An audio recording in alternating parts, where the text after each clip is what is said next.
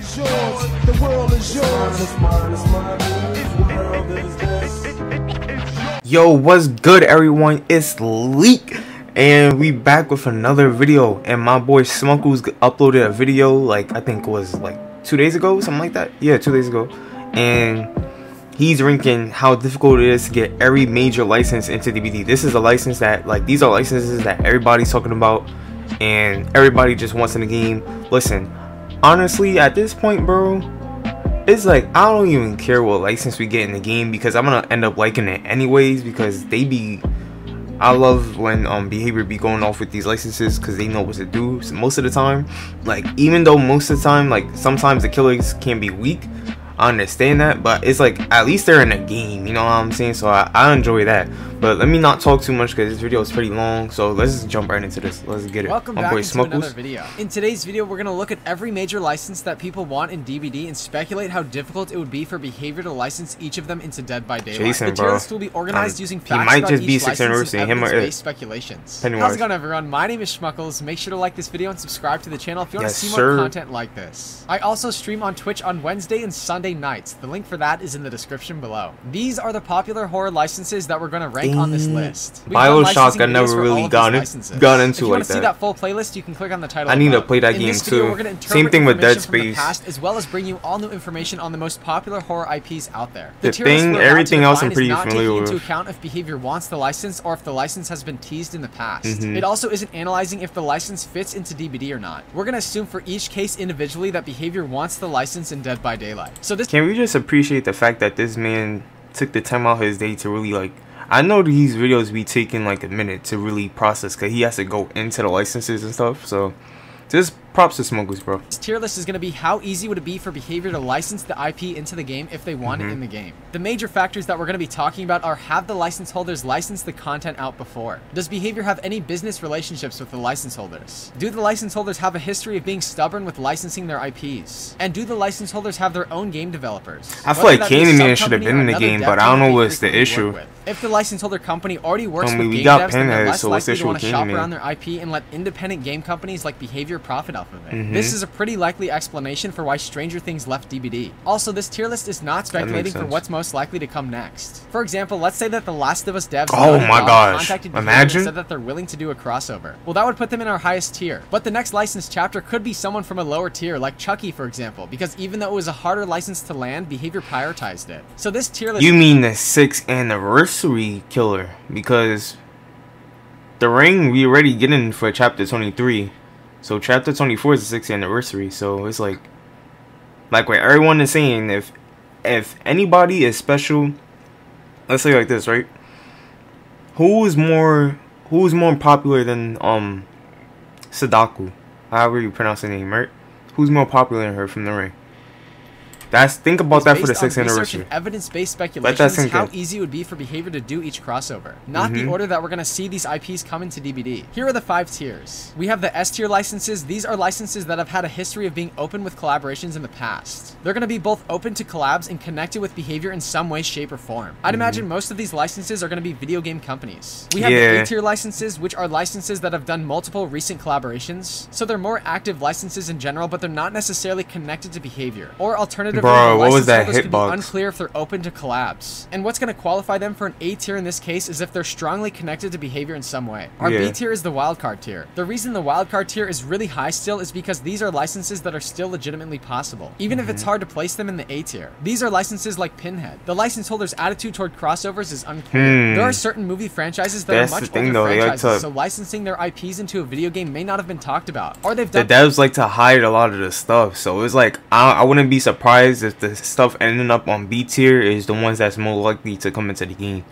One collab like a long time these ago. devs know what they be doing to trick us. Between the world of movies and TV and the world of video games, and there's more and more obviously every day, but there's also a bit of a disconnect in some areas, especially when you talk to maybe people that are a little more old school, like Hollywood, and video games are sort of this little thing that, you know, it's a different thing. They're doing their thing, it's fine, but Hollywood is— I know this pig tight. And it's not the same. Anything B tier or above seems like it's actually on the cards for an upcoming chapter. C and F tier licenses aren't impossible, but based on our research, they're really, really low odds. So our C-tier licenses are going to have had no outside collaborations since the creation of the IP. On top of no outside collaborations, typically they're going to come from really big franchises. Most of them are big companies, so it's hard for Behavior to reach them. Maybe the license holders have their own company or have gaming plans with their own company. Like I'm pretty sure The Last of Us might end up on, or maybe they've been stubborn with their licenses in the past. And the F-tier licenses are licenses that are legally impossible. The first license we're going to talk about is Friday the 13th. Which licenses are impossible? Larry Zerner recently commented on the status between Victor Miller and Horror Inc. We were talking about the lawsuit, of course, the infamous lawsuit that's now over, and I understand. Well, is it actually over? I mean, is this it? Is there? Pretty much. Okay. I mean, like I said, they can try and get to the Supreme Court, but it's not gonna happen. Yeah. Wow. If I'm correct, that Victor then would, I guess, own control or have rights to just the first movie. This dude's room is dope, yo. So does that mean then, like, any future movies, someone has to make a deal with Sean and Victor and the studio? Okay. It's Zerner's opinion that the lawsuit is over and no more appeals are going to be happening. Yep. Victor Miller also made an unofficial statement on the situation. What more can I say is that it is all up to the people who are sitting down with lawyers at this point, and I'm not one of them. I'm just, I'm an attorney, and it's just a question of the settlement, and then we can get on with the business. Victor Miller also commented on the Friday the 13th game and if that game will ever be revived. Do you personally think that the game will ever see new content again? I do not know enough, but I certainly hope so. My God. Come on. That's fun. I've never written for a game before. I'd love to try. Since an agreement hasn't been announced as of the making of this video, I want to see him play that game. I want to see how he plays. After an agreement is made, I'd say that the Friday the 13th license is going to instantly jump to an A-tier or S-tier license. If you want to know why that is, you can click on the title above. In our Candyman licensing video, we talked about how different versions... No, add...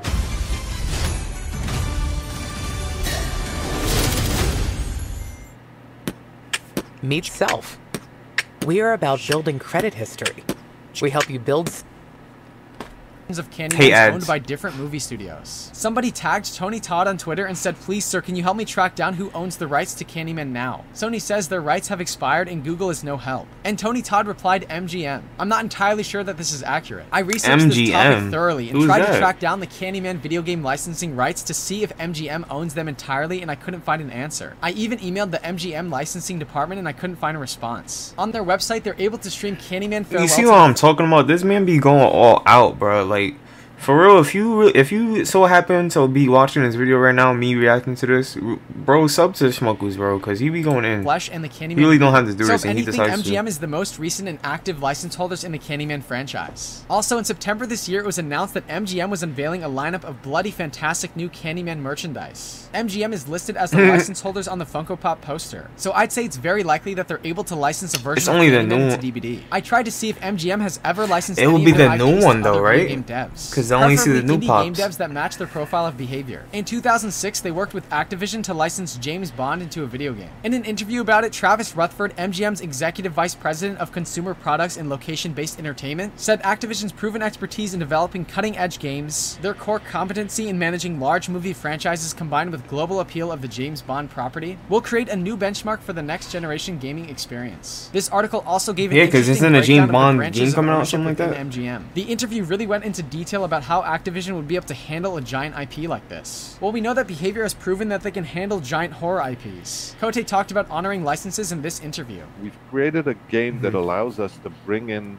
characters and to pay our respects to these legends using the language of the gameplay mechanics of Dead by Daylight. People now see, we've shown time and time again, that we are able to respect the property that they've created and pay homage to what they stand for and honor them in a way that is respectful, and it's just a great way to showcase what your universe is. Since Candyman has never been licensed into a video game before, I'd say the intentions of the IP owners is unclear. Also, Behavior has never worked with MGM before. This places Candyman in our wild card. Candyman's in I'm pretty sure Candyman's gonna come into Behavior's collaborated with 2K Games it's only a matter of time for Nintendo Switch in 2020. And since then, they have listed BioShock as a possible license that they could bring into BioShock. DVD. 2K Games has done several BioShock collaborations in the past, all of which are listed here. Therefore, BioShock is an S-tier license on our tier list, since Behavior seemingly has all the connections necessary to bring this chapter into Dead by Daylight. The original version and the reboot version of Chucky is owned by MGM, which for the same reasons we talked about for Candyman qualifies him as a wildcard license. Universal Pictures also owns a version of Chucky. They shared the Chucky license with a small independent game company called Tick Games in 2011. Tick Games talked about the Chucky license during a promo video trying to gain support for this Chucky game.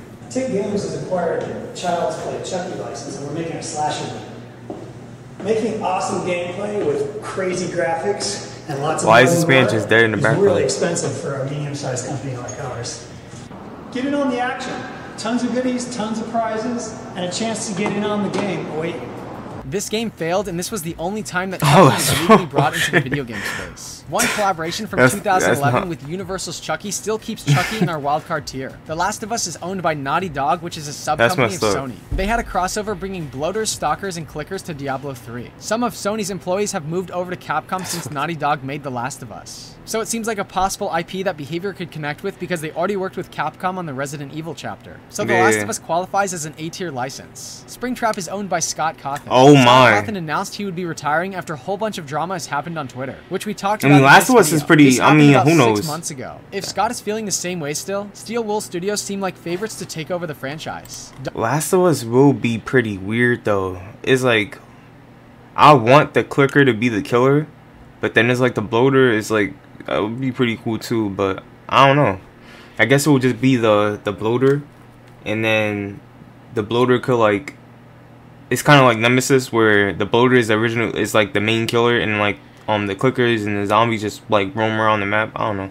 Something like that. Dawko interviewed the Steel Wool Studios dev team leaders before the release of FNAF Security Breach. And they really do seem like the favorites because they have an excellent relationship. I feel like it'll be too much like Nemesis though. An enormous thank you to Scott. Like that's like John Wick collaborating with him has been an incredible experience from my perspective.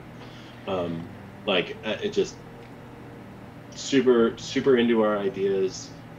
Gives us amazing ideas to run with. Like really helps put fuel in the tank. It's been a really good working experience, honestly. Oh, that's good. The executive producer of Steel Wool Studios, Ray McCaffrey, recently released the first wave of the Security Breach patch notes. So they've played a significant role in the franchise. In fact, it kind of seemed like Dawko might think that Steel Wool could own FNAF soon based on what he said at the end of the interview. Honestly, I'm just so excited, and I'm looking forward to the future with you guys as well. You guys are so talented. You got an amazing art team. You guys are amazing. Andrew as well.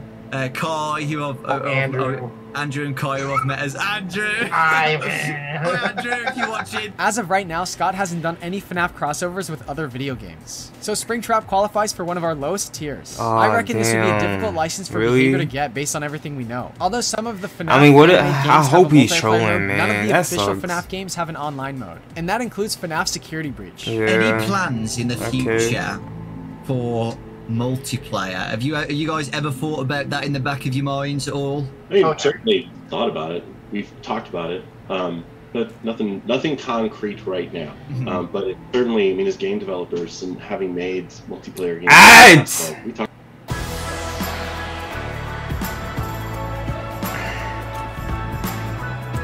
About it all the time. The thing about multiplayer, and just kind of go back to one of the earlier things I said, like, that is an undertaking. That is an undertaking. And again, we are an indie studio. We just built an indie game, building something that, to Jay's point, honors the series. So there's giant potential for future FNAF games with a multiplayer mode. Apparently, the Steel Wool Studios devs were toying with this idea in an earlier game. I'll throw one thing in there though, just for fun and because I love you and I think this will be a lot of fun.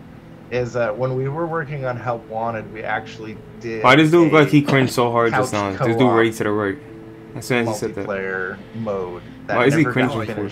It never made it. Yeah. But we were playing with it. Oh, where one person is,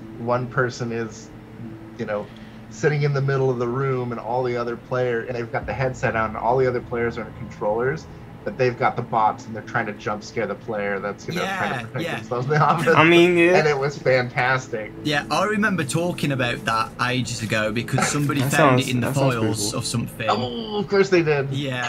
The point is, if Scott Cawthon or the new IP owners want to take FNAF in a multiplayer direction, then Springtrap and Dead by Daylight probably isn't a good idea for them. Why would they let Dead by Daylight be the first game ever to have Springtrap as a playable character? Scott could release an epic FNAF game that does this, and if DBD does it first, that could be an opportunity lost for his franchise. Honestly, maybe the best way for Scott to interpret the Springtrap and Dead by Daylight hype is for him to make his own FNAF multiplayer game with Springtrap as a playable character. It could even be asymmetrical. There's clearly enough characters and killers in this franchise to make an idea like this work.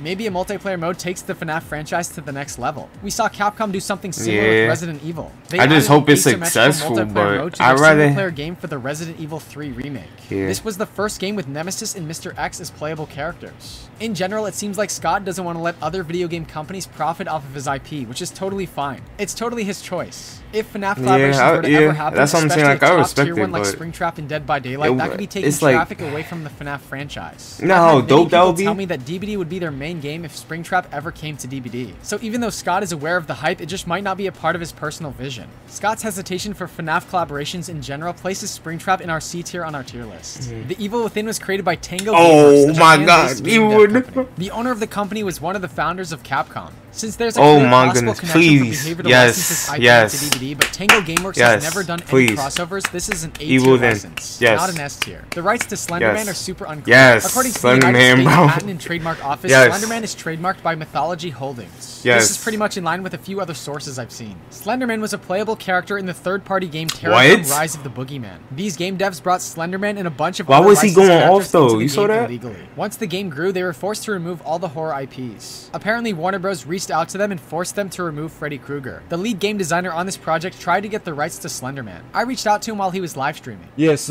we did try to get the license for Slenderman. The animations don't look too bad. The visuals don't look too bad on this game. At the time when we was trying to ask for it, I believe the license holder went ahead and gave a license to the to that god-awful Slenderman movie, and they didn't want to give out any more licenses for the character.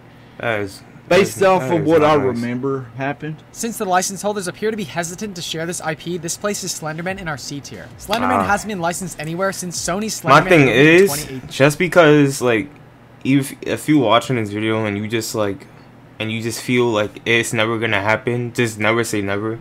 I know it could possibly be extremely unlikely, but that doesn't mean they not gonna be in the game. You know what I'm trying to say? Like these devs, even if it takes the longest time from in the world, 4 years ahead from now, it's I know this game is just gonna get more popular and popular by the years go by. I mean, who knows? At least that's what I assume.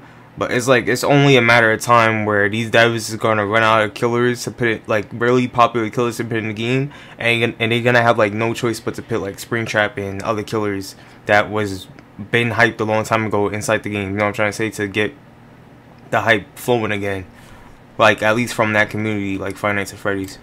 So don't even get too. Pennywise is owned by New Line Cinema, which is the same license holders who licensed Freddy Krueger into DBD. However, in September 2018, Matthew Cote admitted that they'd reached out to the Pennywise license holders and that they had gotten a no. We featured that in this video. If you want to see that video, you can click on the title above. Behavior has since listed Pennywise as a possible license on their satisfaction survey, so I'm not entirely sure if the status of this license has changed or not. Since the license holders of Pennywise have said no and we haven't heard anything since, that places Pennywise in our C tier. Warner Bros. Also has their own video game publishing company. For those who don't know, I posted a short, right? Like one of those shorts. I posted one. And remember the time when Pinhead was getting teased? And they posted 2 clown emojis along with the picture of the carnival? It's why did they post 2 clown emojis? You know what I'm trying to say? It's like they hinting at Pennywise coming to the game soon. Behavior has worked with this company maybe before it's just and helped me. them develop some video games. But you can't deny that doesn't make sense. Pennywise license holders have said no, that qualifies Pennywise in our C tier. Alien and Predator are both owned by 20th Century Studios. Wouldn't it be dope if they both was in like the same chapter? And both of these collaborations were pretty recent. I'm not sure if 20th Century Studios would be willing to share this IP with Behavior. So this information alone places them in our B tier. 20th Century Studios is a sub-company of Disney. John T. Drake is the vice president at Disney for video game licensing for 20th Century Studios. We learned this through Disney's collaboration with the Sea of Thieves devs earlier this year. However, Predator is in the middle of a lawsuit, which led us to believe that the licensing rights could be frozen. Well, since we last talked about the lawsuit, there's an official date in which the writers will regain the US rights to Predator. So this lawsuit is nothing like the Victor Miller Friday the 13th lawsuit, because Horror Inc. was claiming that Miller wasn't the original writer. So that caused that lawsuit to drag on and froze the Jason Voorhees rights. I'm not stopping anything. All I did was apply for something that Congress gave me in 1978. Yes, yes. Boom. And if they had not fought it, if they said, "Oh, okay," then you'd be playing Jasons and knocking off Mrs. Voorhees all over the place. But by trying to block me, everything got screwed. If anything, the Predator lawsuit is more comparable to Clive Barker regaining the rights back to Pinhead, which was completed this past Sunday. So this means until this date, January 13th, 2023, 20th Century Studios are rushing the new Predator movie release date, and are probably going to be more willing to license Predator into DBD. This 2-year notice, just like the Hellraiser lawsuit, is the use it or lose it window. 20th Century Studios have until this date in 2023 to make as much money as possible, and then they're going to lose the rights to the original screenplay. So we're going to throw Predator up to our A tier for these reasons. The Walking Dead is owned by AMC. AMC has worked with multiple independent game companies to bring characters like Rick, Daryl, and Negan into different games. One of the collaborations I want to focus on is The Walking Dead No Man's Land. In 2015, AMC negotiated a contract with a small indie mobile This would be an interesting chapter. I'm telling you that right now. Like as a full chapter, the rights to AMC's The Walking Dead. This will be mad interesting. We put a lot of effort into the concept. Went through a lot of work to get through to the right people at AMC and pitched hard. Ads. Like just dreams. Time to fly. See the Matrix tonight. Us and AMC had very similar thoughts on how the show would translate into a game and what the experience should be. That was what in the end sealed the deal, plus our 10+ year experience in the gaming business. So AMC's The Walking Dead has collaborated with all different types of game devs before. I reckon with the right pitch, AMC would be willing to work with Behavior on a Walking Dead chapter. I mean, they've worked with would it be a full chapter game though? Devs in the past. There's no official collaboration history between Behavior and AMC, but nonetheless, this qualifies it's like who would be the killer? In our A tier. That's why it makes it so interesting. Oh my gosh, imagine. Based in Montreal. In our Outlast licensing video, we talked about how Behavior said during the For Honor collaboration that everyone knows everyone in the small but successful Montreal gaming industry. Behavior has never worked with Red Barrels before, and the Outlast devs have never collaborated with other video game companies with Outlast. We're positive that Red Barrels is aware of Dead by Daylight though. On Twitter last year, Red Barrels released new screenshots of the Outlast trials. Somebody said, "I hope this game is not like Dead by Daylight where you can play as a killer." That's what's up though, because you can play your own way. It doesn't force you to play co-op, which is a good thing. Since Outlast is committed to not being an asymmetrical game, I feel like Red Barrels would be more willing to work with Behavior. I mean, it seems like an asymmetrical game is kind of out of their niche anyways. Since Behavior could likely connect with the Outlast devs, Outlast is an A-tier license. I mean, Dead Space is owned by EA. In our Dead Space licensing video, we talked about how EA and Behavior have collaborated on projects before. I'm gonna get like the whole trilogy. So arguably, Dead Space should be I heard that this series EA is a really big company, possibly not looking to share their IPs, especially since they have a reputation of being a greedy enterprise. So I could see a serious argument for Dead Space being a B-tier license, but we're gonna place it in the A-tier for now. The thing is owned by Universal Dead Space would be pretty dope. Imagine you running like about how in 2002, the reason like I really think Dead Space would be dope because even though I don't know like the creatures and nothing like that, like the main creatures are like who the killer would be, it's like the survivor would be dope because this will actually be the first survivor that's fully concealed. You won't see their face or nothing like that. As like an original skin that like they actually start off like that in the game. It's not a cosmetic or nothing. Which would be really cool, because I want Hunk in a game from Resident Evil. However, Behavior's never worked with Universal on any licensing projects, so this profile somewhat matches MGM's Chucky and Candyman. So the thing is in our B tier. So this is our final tier list. Do you agree with my tier list decisions? I mean, did I miss any licenses that you would like to see in Dead by Daylight? Let me know in the comments below. Make sure to like this video and subscribe to the channel if you want to see more content like this. Thank you so much for watching this video. Thank you for making this whole thing, bro. Like, honestly, this dude took the time out to like make this whole tier list. I know it took a minute. Like, for real props, but besides that, yo, BioShock is actually on S tier, yo, and that's the only one? Question mark? yo, I might need to get into this BioShock joint. I know this man Schmuckles, he be doing his research, so he actually has an idea of what's likely to come into the game next. Even though like these are all just assumptions and stuff, I mean they could just like this game is full of surprises, so like it is what it is most of the time. I'm not trying to say BioShock is definitely gonna be like anniversary chapter or something like that, or like the 25th, like the chapter 20 chapter 25 or anything like that, but it's just like, I guess statistically it is close, because I mean just look, you know what I'm trying to say. But anyways, we do have to look at the stuff that's on A tier, because yo, I hope we get the Evil Within one time, bro. Like the Evil Within, I feel like would be a dope chapter, yo. Like honestly, that chapter would be pretty lit. I wonder what the Keeper would do though, especially since like in the Evil Within you get to play as the Keeper and it's in first person, and when you play as a Sebastian it's in third person. So it's like it already has that foreshadow with DBD. You know what I'm trying to say? Like it's just it's like, come on now. I hope that game gets added. I hope most of these chapters get added. You know what I'm trying to say? Like it's really hard to just pick out which. I hope they all get added. Like I'll play as any killer. You know what I'm trying to say? Like any licensed killer. I mean any licensed chapter. I feel like I would just like anyways, because like I said, remember I used to hate on Pinhead. I wasn't really interested in Pinhead.